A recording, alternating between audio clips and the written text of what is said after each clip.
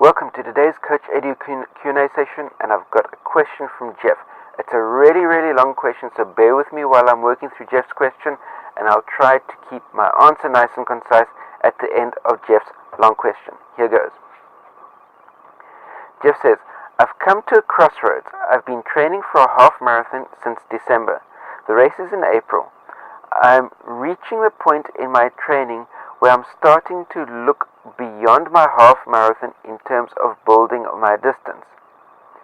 I have a trail marathon that's 27 to 30 miles in July, and I'm doing the Vermont 50K in September. So I'm a little ahead in terms of my training plan for the half marathon, meaning that I'll reach the half marathon distance well before my actual race. So he's going to reach the half marathon distance in training well before his actual race. What I'm asking is, should I dial back my long runs on the weekends now already to stay at about 10 miles and then gradually work up to the 13 before my taper for the half marathon? Or can I still build the distance each week without going over the 10% rule?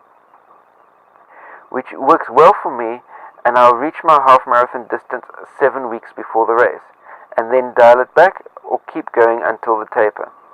CoachEdu.net. Jeff, thanks a lot for a superb question there, and it's something that I see time and time again. You're building your distance gradually at less than 10% a week. That means that you're building it at the type of increments that will be able to be keeping you injury-free. Don't worry about dialing back the taper or dialing back the distance prior to your half marathon. You're building up towards those far longer distances. So keep building your gradual mileage increase. You can maybe once you get over beyond, say, 12 miles or so as far as your long runs are concerned, you can maybe dial back that increase from 10% even down to 5%, which will give your body way better chance of recovery and recuperation between your runs.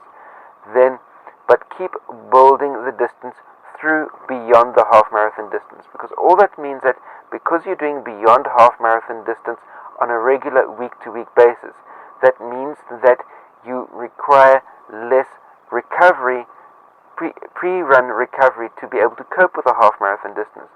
So that means that your race week's taper, you won't be needing a 2-week taper. You probably won't even be needing a 1-week taper.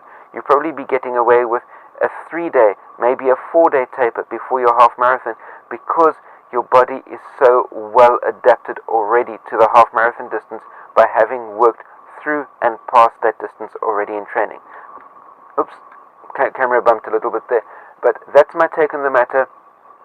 Share any comments, questions, criticisms in the space down below. Remember, thumbs up if you like this content. Share it out amongst your friends, and don't forget to click the subscribe button. That way you stay subscribed to my channel for all the new content that comes out every single day of the week. Remember to stay carved up for the win. I'll see you next time.